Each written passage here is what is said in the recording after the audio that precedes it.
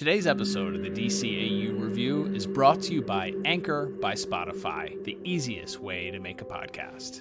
When Liam and I first started the DCAU Review, we discovered a few different things. First of all, you had to have somewhere between Lex Luthor and Bruce Wayne level financial resources in order to be able to pay for a website to host your podcast. You also then had to have Richie Foley level intellect in order to figure out how to both edit and then get your podcast distributed onto Apple or Spotify. The great thing about Anchor by Spotify is that all of these things are available in one place. Everything you need to make a podcast is available all in one spot. Anchor has tools that allow you to record and edit your podcast right from your phone or computer. And when hosting on Anchor, it makes it very easy to then distribute your podcast on listening platforms like Apple Podcasts, Spotify, Google Podcasts, and many more. And the best thing about Anchor is it is totally free. So what are you waiting for? Download the Anchor app today or head over to anchor.fm and get started in creating your own podcast with Anchor by Spotify. This is Kevin Conroy, the voice of Batman. This is Lauren Lester, the voice of Robin and Nightwing. And you're listening to the DCAU Review, Hosted by Cal and Liam. streaming at DCAUreview.com. And on your favorite podcast app. Welcome, everybody, to another bonus episode of the DCAU Review. I am one of your hosts, Cal. With me, my good friend, good brother, the man that runs our Twitter account. That's right, it's Liam. Liam, it's been a little bit since we've done a bonus episode. It felt like we did about 40 of them between the end of last year and the early part of this year. But we took a little break from some bonus episodes. There wasn't a whole lot of bonus coverage to have, but we've set a precedent here when it comes to talking about Batman Caped Crusader, and I think there's plenty of news to talk about today when it comes to this potentially non-existent, no longer going to be a thing cartoon, question mark, maybe? Yeah, that's right.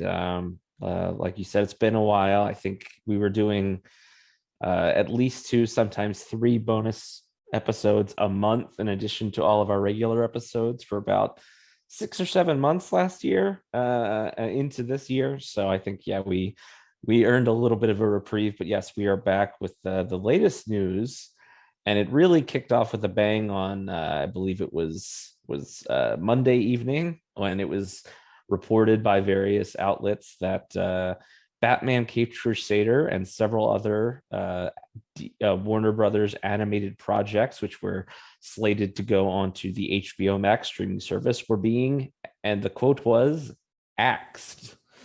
Yikes. Yeah, it was quite shocking. Well, I don't know if shocking. I think upsetting is probably the best descriptor for it.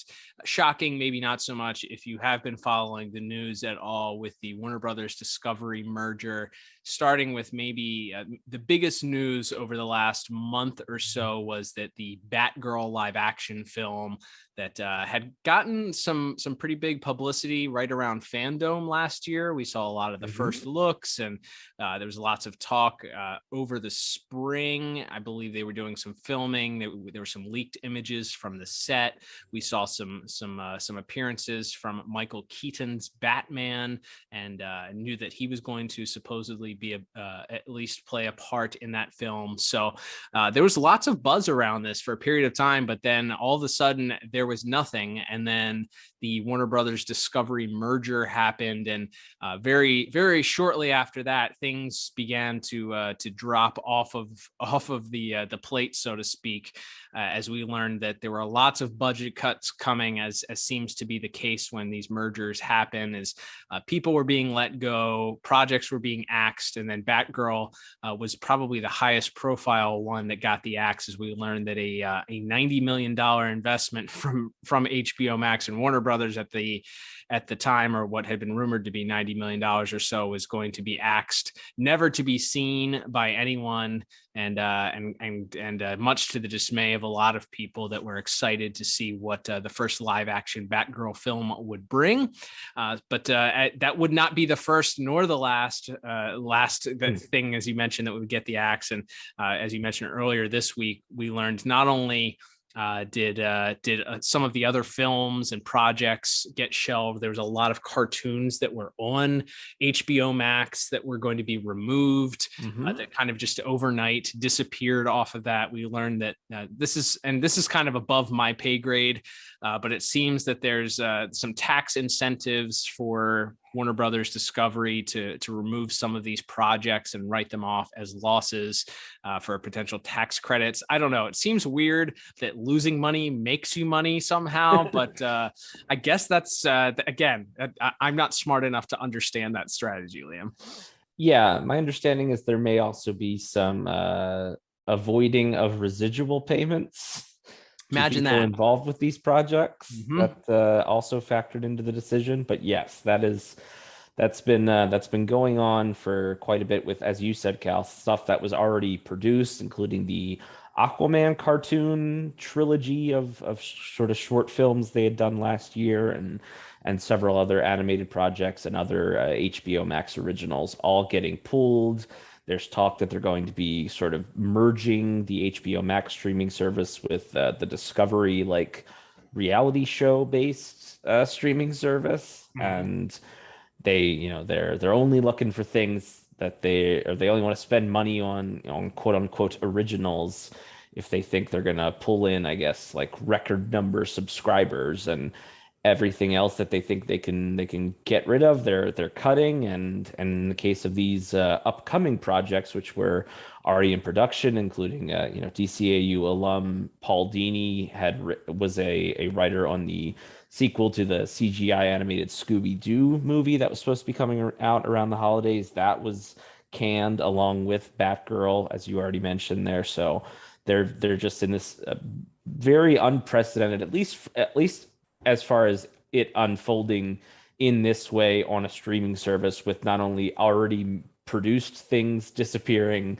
but also things that are about to be finished or were finished in some cases getting kind of pulled at the 11th hour here. So it does feel pretty unprecedented, and that sort of led us up to where we were, as I said earlier this week, when the word was that Caped Crusader, among other projects, will not be moving forward, at least not at HBO Max. Yeah, and that's why we're here. We are not obviously a Hollywood gossip podcast. So if you are listening to this, you're wondering why all of this pertains. Perhaps if you're not watching on YouTube and didn't enjoy our wonderful thumbnail, the story came down that Batman Caped Crusader, along with several other projects, which included Merry Little Batman, The Day the Earth Blew Up, a Looney Tunes movie, Bye Bye Bunny, a Looney Tunes musical, and Did I Do That to the Holidays, a Steve Urkel story, and The Amazing World of Gumball, the movie, all were being pulled from HBO Max.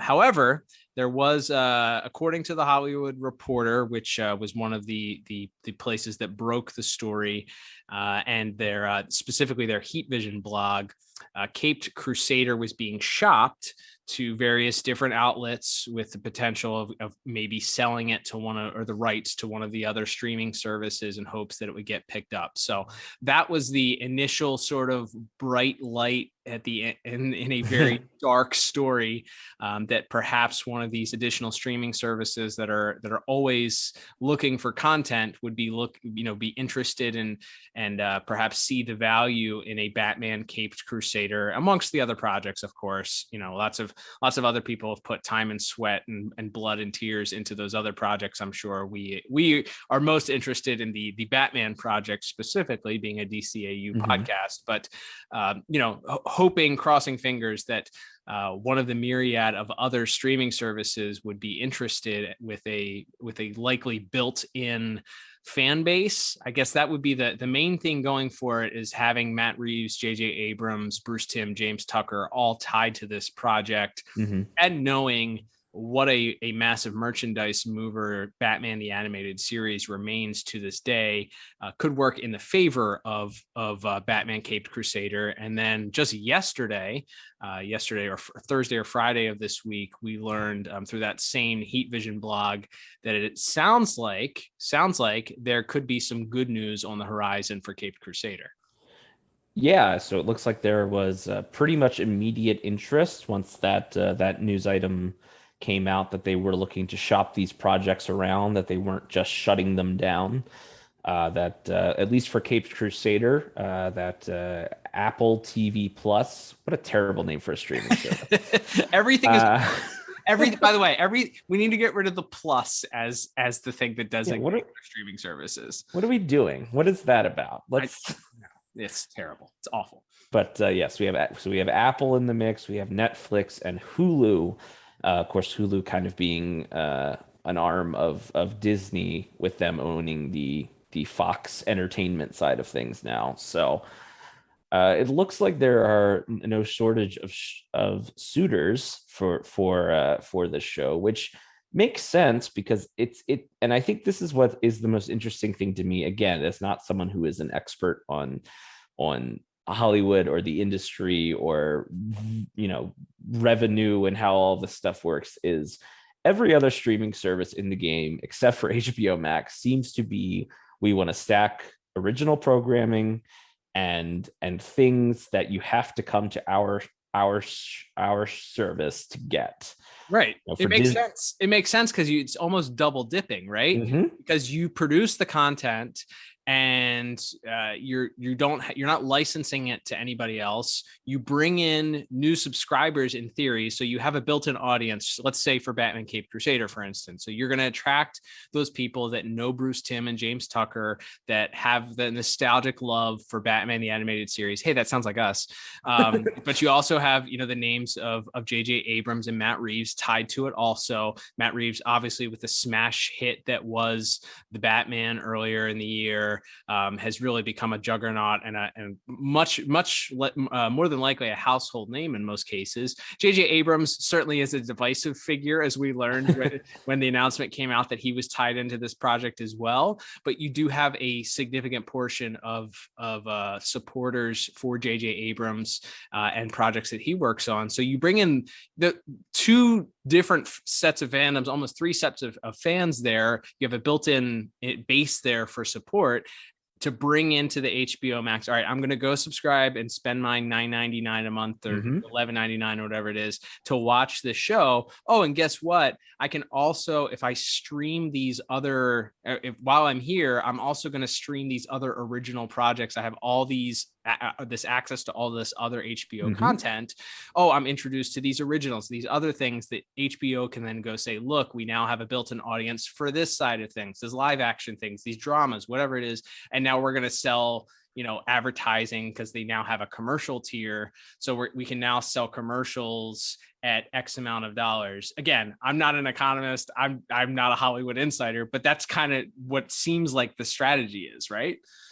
Yeah, that seems to have been the name of the game for the last few years, especially. Now, there are certain, I guess, advantages if you don't want the overhead of running a streaming service and you just want to sell your content for some sort of rights fee.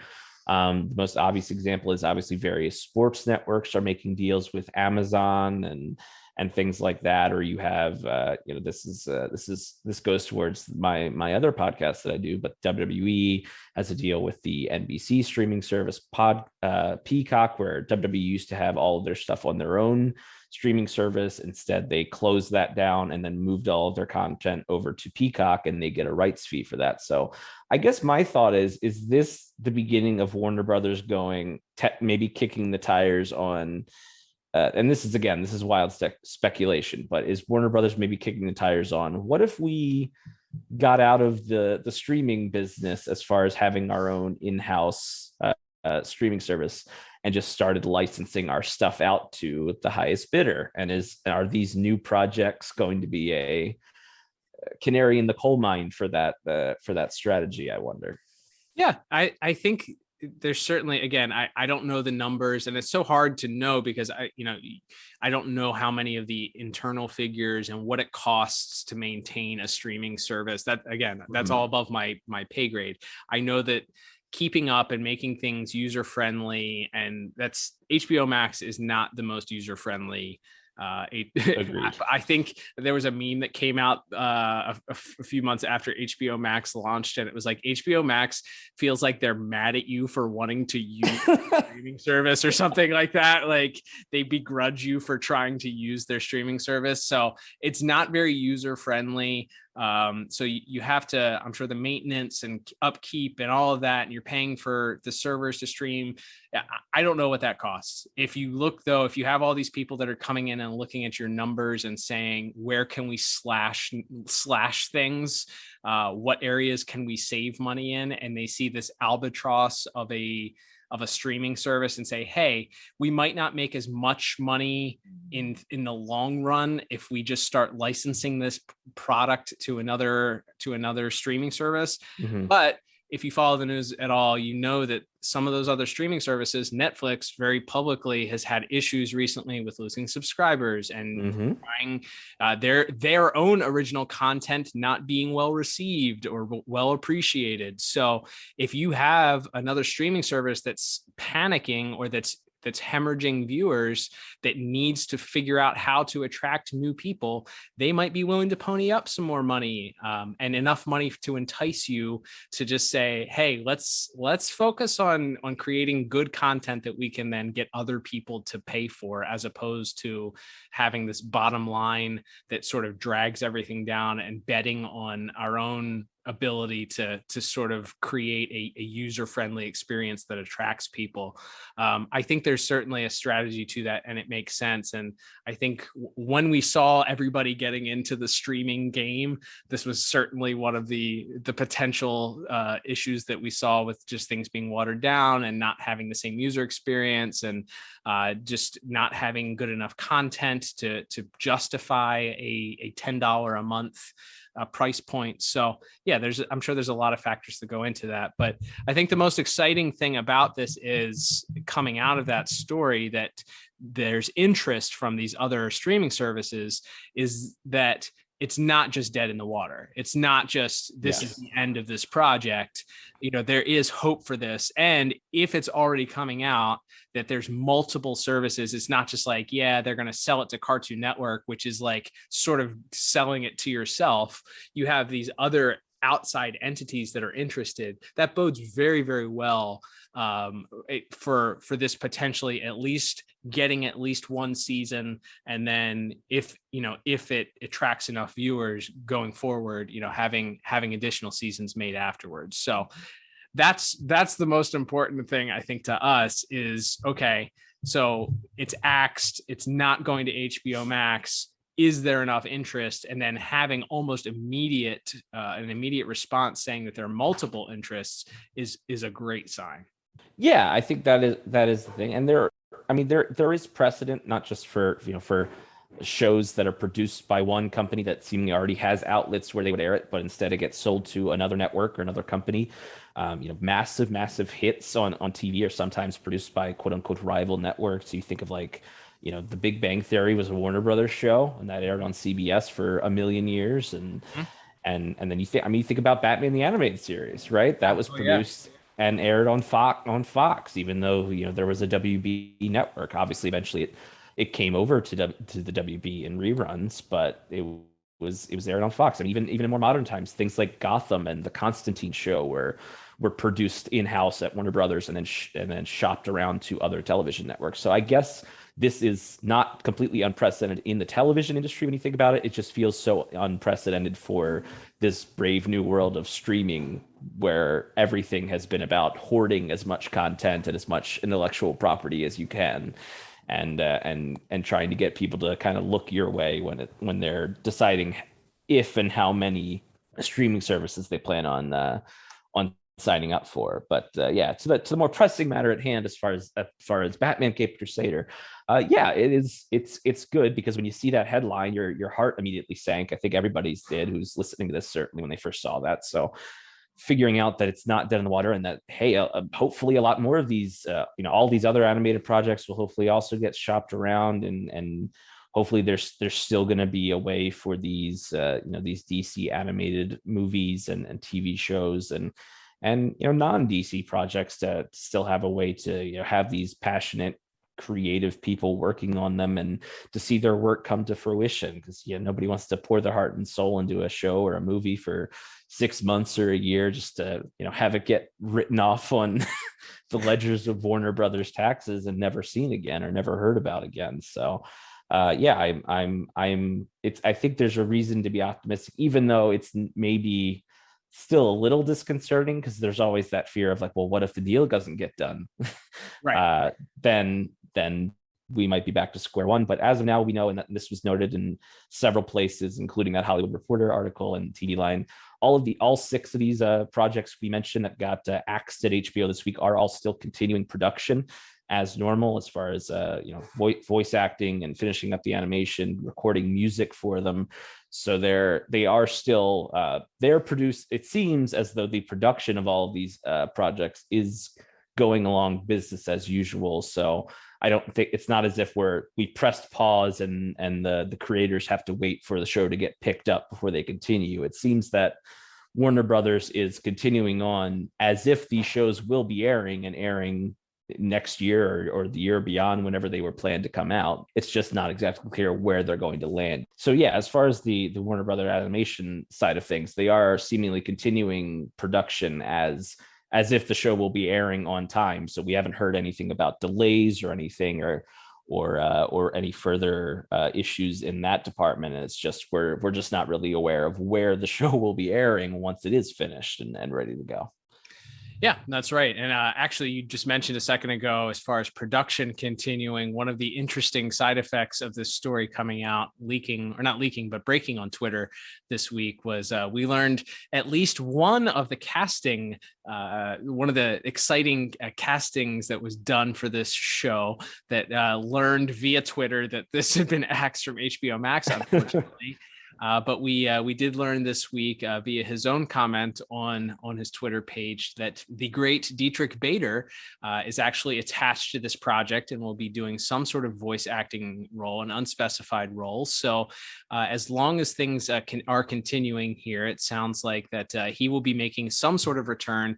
We can speculate. We have, of course, do not know if that is a casting as the Dark Knight himself, or perhaps just in a smaller role there. But that was nice to hear, even if it came out by him finding out that he wasn't going to be a part of a streaming HBO Max series. But nice to see that Mr. James Tucker once again brought back Mr. Bader to do some work in a Batman cartoon. So at least when and if this does get picked up, it'll be nice to hear a familiar voice somewhere in the cast there for a yet to be specified role.